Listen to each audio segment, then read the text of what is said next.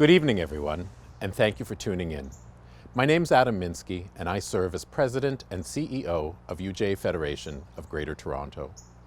2 weeks ago, we gathered virtually to come together in support of our friends and family in Israel as they faced yet another wave of terrorism.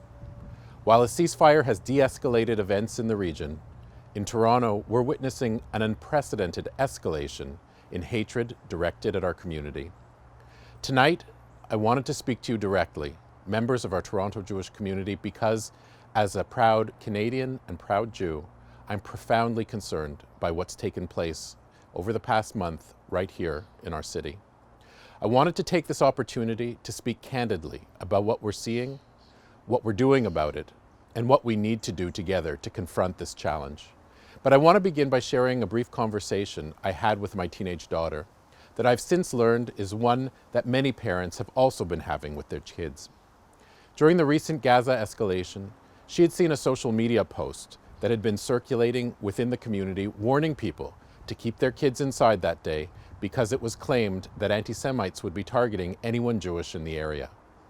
While the rumor was unsubstantiated and nothing ended up happening, the fact that we were even having this conversation is something that I never would have anticipated living in a place like Toronto. As it turned out, a number of things would happen this month that we should never expect to see in our city, or frankly, any city in 2021. We've all heard about the violence that erupted at a Gaza protest at Nathan Phillips Square.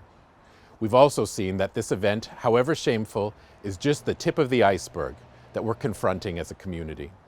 Over the past few weeks, UJA has documented an entire series of incidents that, taken together, overwhelmingly confirm that our community has experienced an alarming surge in anti-Semitism this month, as have many communities throughout the Jewish world. Through our UJA community security team, we receive reports from community members of anti-Semitic or suspicious activity targeting our community. This month, when the conflict quickly spiked, so too did the number of reported incidents. In an average month, we receive roughly 10 to 12 incident reports. This month, we've seen more than 50, and this, of course, does not include the many incidents that go unreported. The current conflict in the region would not be the first time that anti-Semites have used this issue as an excuse to spread hatred of Jews. But the volume and vicious nature of the incidents we have seen locally, along with the growing hate we have seen on a global level, should be a wake-up call for not just our community, but for Canadian society. As proud Jews and proud Canadians, this is our moment to say, we will not be intimidated, we will not be silent, and we will not allow this to become our new normal in Toronto. Because it should never be normal for anti-Israel activists to drive through Jewish neighborhoods, provoking and harassing visibly Jewish community members. It should never be normal for a Jew living in Toronto to find mock eviction notices spreading lies about Israel posted throughout their neighborhood, including on their front door. And it should never be normal for a Jewish father and his young child to be confronted by a stranger on the street and told that they should have been gassed and burned. These are just a few of the dozen of disturbing security incidents that have taken place right here in our community over the past several weeks. In response to these reports, UJA's community security follows up with witnesses and victims to verify incidents, provide security advice, and ensure proper criminal reporting. We also follow up with our police contacts and coordinate community security measures, including UJA community security patrols. And while we've done all that, we've also taken the unprecedented decision to publicly release this data, along with a sampling of the incident reports that have come into UJA community security over the past few weeks. Of course, removing any information that would reveal the identity of the victims or witnesses. Today, we've shared this information with media and key contacts in the government to send a strong message about what's happening in our community, because this is a moment to share with leaders and Canadians of all backgrounds that anti-Semitism, like all other forms of racism, is a lived reality for our Toronto Jewish community. And since history teaches us that those who target Jews never stop at targeting only Jews, we must help our fellow Canadians to recognize that anti-Semitism threatens the very fabric of Canadian society and encourage them to join us as friends and allies of all backgrounds in pushing back against this hate. because it should be clear to everyone by now that this is what happens when hatred against Israel takes root in Canadian society. This is the compound effect of anti-Israel activists spending decades demonizing Israel in the most vicious and slanderous terms. It was only a matter of time before those who target the state's very existence would openly and brazenly begin targeting their Jewish neighbors here in Toronto. Tonight, I wanted to share this information with you, not because we should be fearful, quite the opposite. The GTA remains home to one of the safest and strongest communities in the Jewish world. That fact has not changed, and we should all feel confident to live Jewish life to its fullest, openly and proudly. Rather, I wanted to speak to you this evening because you deserve to know the truth about what's happening in our community. And together, we need to mount a unified, community-wide response to this challenge. I want to close by inviting you to play an active role in that response in 3 important ways. First, when it comes to keeping our community safe, the single most important factor that we can control as a community is our level of preparedness.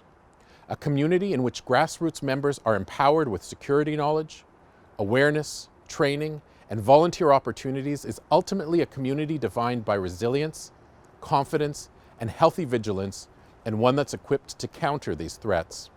Now more than ever, we need you as partners. If you see something, please say something. Rapidly reporting suspicious or hateful activity is essential in helping police to respond quickly, gather evidence, and have the best chances of identifying a perpetrator. In an emergency, call 911, and once you're safe, please contact our UJA Community Security 24/7 hotline at 416-635-5600. That's 416-635-5600, so we can follow up with police. But in addition to our immediate response, we also need you as our partners for the long term. Because this challenge cannot be resolved overnight, and rather than seeking a quick fix, we must now commit as a community to the hard work and urgent changes needed today that will make us more resilient and more effective in preventing and responding to these threats in the future. Prior to the events of this month, UJA Community Security had been preparing plans to significantly scale up efforts to provide security support for our community and respond to incidents. This plan has been developed drawing on the best practices from Jewish communities throughout the diaspora, adapted for Canada, and will be rolled out by our team in constant consultation with local law enforcement. It includes massively expanding our capacity to train, deploy, and support grassroots volunteers to donate their time to keep our community safe. Tonight, I'm pleased to share that we will be bringing these plans to life in the coming months, and we'll be significantly expanding our capacity to equip thousands more community members with security knowledge, training, and meaningful volunteer opportunities to help protect our community in a responsible and effective way with the support of our professionals. Tonight, I'd like to invite you to be a part of this effort. If you'd like to be involved or learn more, please go to our website, jewishtoronto.com, and send us a message to let us know. But anti-Semitism is a complex challenge, and security is just one area in which we need to mobilize our entire community. UJA's initiatives to combat anti-Semitism span a range of areas, including our efforts to strengthen campus activism through our partner Hillel Ontario, and our work to provide powerful Holocaust education in the public school system through UJA's Neuberger Center for Holocaust Education. But tonight, I'd like to focus for a moment on advocacy. Yesterday, you may have received an email about a new campaign that UJA's advocacy agent, the Center for Israel and Jewish Affairs, or CIJA, has launched to mobilize thousands of community members from coast to coast to call on the Government of Canada to convene an emergency summit on rising anti-Semitism. The idea is to bring together federal, provincial, and municipal officials to lead a pan-governmental approach to combating Jew hatred, including concrete policies to address this multifaceted threat. If we're going to make real progress in pushing back against these dangerous trends, we must urge government leaders to do their part to protect and stand with our community. And so my second request tonight, if you haven't already done so, please join me in going to CIJA's campaign website, fightit.ca, that's FIGHTIT.ca, to send a message to our elected officials. And my third and final request tonight is primarily directed at any parents and grandparents who are watching. As a parent myself, and as someone who has personally dedicated his career to building programs that strengthen Jewish identity and a love of Israel, I know just how damaging anti-Semitism can be to the Jewish identity and well-being of our youth. It's increasingly clear that UJ's investments in Jewish education and identity building programs and the incredible work of our partner organizations throughout the community are about much more than teaching knowledge. They're also about equipping our youth with Jewish pride and the confidence to stand up for their values, which must be our response when anti-Semites try to intimidate us into hiding who we are and what we believe. At the same time, Jewish pride, confidence, and values begin at home, and that's especially true today. Many community members have reached out to us to ask, how can I talk to my kids about these issues? The answer, of course, is that it really depends on the person.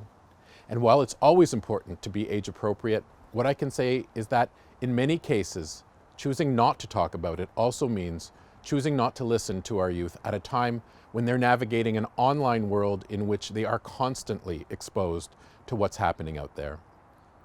Now more than ever, many of our youngest community members need a trusted person to whom they can share how they feel, ask questions, discuss these issues, and through that process become even stronger, prouder, and a more committed Jew.